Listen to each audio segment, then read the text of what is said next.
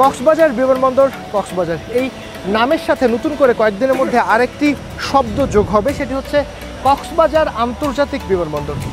আগামী 2 অক্টোবর এই বিমানবন্দরটি আন্তর্জাতিক বিমানবন্দর হিসেবে ঘোষণা করা হবে, অর্থাৎ দেশের 4র্থ আন্তর্জাতিক বিমানবন্দর হতে যাচ্ছে কক্সবাজারের এই বিমানবন্দর।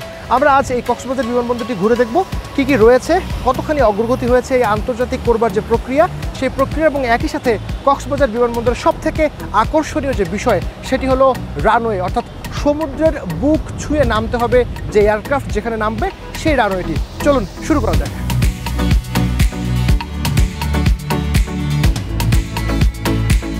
শুরুতে আমরা যাব রানওয়েতে, অর্থাৎ এই মুহূর্তে এই রানওয়েটির দৈর্ঘ্য 10,700 ফিট। দেশের সব থেকে বড় রানওয়ে হচ্ছে এই কক্সবাজারের।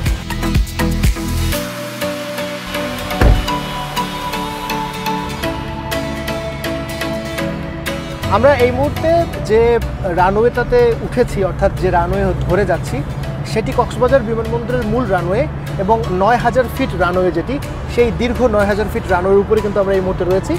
আমাদের উদ্দেশ্য হচ্ছে আরও 1,700 ফিট যে রানওয়ে, অর্থাৎ সমুদ্রের বুকে যে রানওয়েটি তৈরি করা হয়েছে সেখানে, এবং এর পরেও আমরা অ্যাপ্রোচ লাইটেরও একটা দীর্ঘ সারি রয়েছে, আমরা ঠিক সেখানটায় যেতে চাই।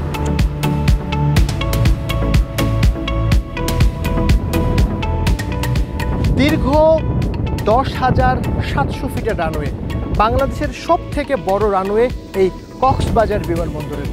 এর মধ্যে 9,000 ফিট, যেই 9,000 ফিট রানওয়ে ইতিমধ্যেই ঘোষণা করা হয়েছে, যখন আন্তর্জাতিক শুরু হবে তখন সেটি চালু হয়ে যাবে, এবং এরপরে 10,700 অর্থাৎ আর 1,700 ফিট যেটি রয়েছে সেটির কিছু কাজ এখনও পর্যন্ত বাকি রয়েছে, সেটি আসলে আমরা দেখব, এবং একই সাথে দেখব আরও অতিরিক্ত 1 কিলোমিটারের যে অ্যাপ্রোচ পাথ, অর্থাৎ যেখানে লাইট বসানো হয়েছে সেই এরিয়াটুকু।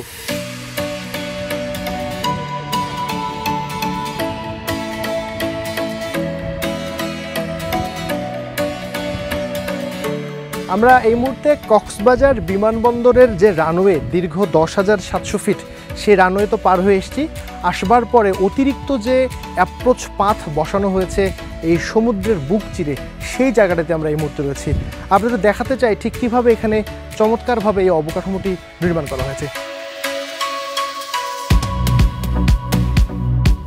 একটি এয়ারক্রাফট যখন নামবে আমাদের কানে কিন্তু সমুদ্রের যে ধ্বনি সেটি কিন্তু আসছে, অর্থাৎ সমুদ্রের বুক চিরে এই বিমানটি এই কক্সবাজার বিমানবন্দরে নামতে পারবে। তো এই মুহূর্তে আমরা কক্সবাজার বিমানবন্দরের যে রানওয়ে এলাকাটি রয়েছে সেখান থেকে যেতে চাই অ্যাপ্রনে, এবং এরপরে আপনাদের দেখাবো নতুন টার্মিনাল। চলুন।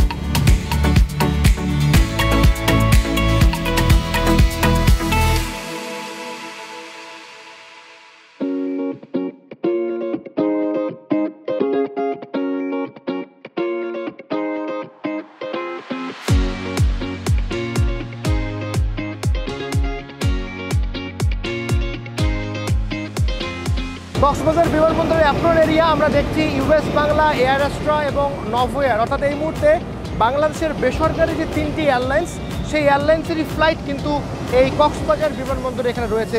বলে রাখি, কক্সবাজার বিমানবন্দর বাংলাদেশের এই মুহূর্তে হযরত শাহজালাল আন্তর্জাতিক বিমানবন্দরের পরে সবথেকে ব্যস্ততম এয়ারপোর্ট, এবং এখানে প্রতিদিন ঢাকা থেকে কক্সবাজার প্রায় 20টির বেশি ফ্লাইট অপারেশন হয়, এবং এই বিমানবন্দরটি যখন আন্তর্জাতিক অপারেশন শুরু করবে তখন কিন্তু এই ডোমেস্টিক যে অপারেশন যে সময়টিতে হয় সেই সময়ের বাইরে গিয়ে, অর্থাৎ এই যে ব্যস্ত সময় দিনব্যাপী, এর বাইরে গিয়ে অর্থাৎ রাতের পরে বা মধ্যরাতে এই সময়গুলোতে কিন্তু আন্তর্জাতিক অপারেশন হবার পরিকল্পনা চলছে।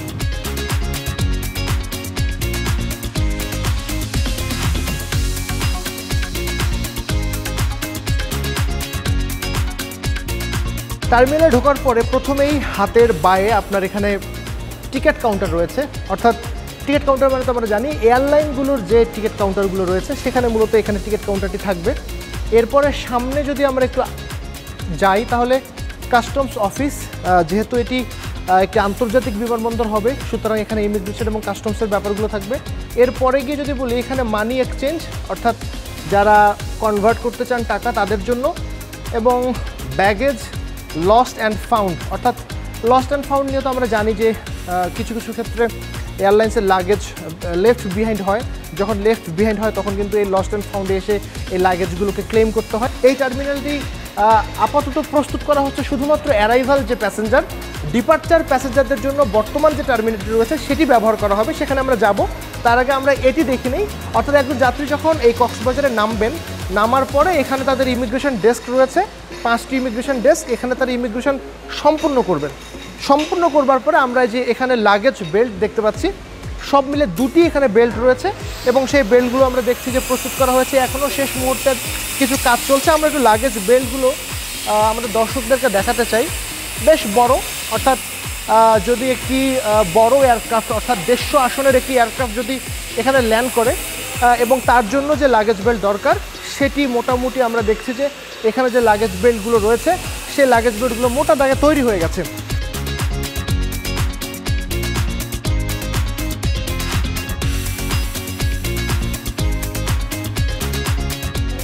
আগে বলছিলাম যে 3 তলা এই টোটাল নতুন যে টার্মিনালটি, উপরে ওঠার জন্য স্কেলেটার ব্যবহার করবার সুযোগ রয়েছে। বর্তমানে এই নিচতলাটি ব্যবহারের উপযোগী করে তৈরি করা হয়েছে। আন্তর্জাতিক অপারেশন শুরু হবে, সেক্ষেত্রে বর্তমান যে টার্মিনালটি রয়েছে সেই টার্মিনাল থেকে ডিপার্চারটি করতে হবে। সুতরাং চলুন আপনাদেরকে আমরা সেই ডিপার্চার লাউঞ্জে নিয়ে যাই।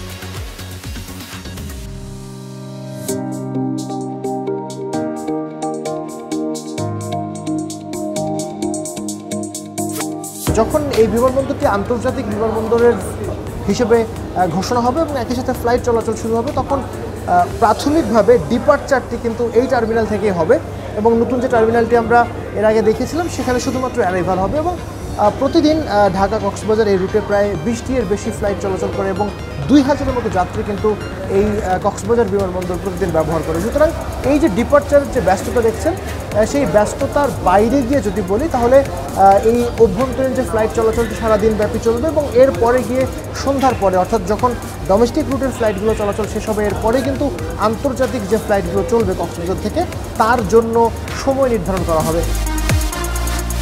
এই ছিল কক্সবাজার বিমানবন্দরের আন্তর্জাতিক করবার যে প্রস্তুতি, সেই প্রস্তুতির একেবারে বিস্তারিত।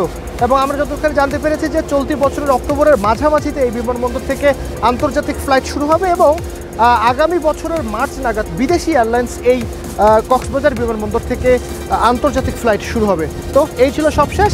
আকাশপথের যাবতীয় খবরাখবর জানতে আপনাকে চোখ রাখতে হবে স্টার নিউজে। আমরা ফিরছি ঢাকায়।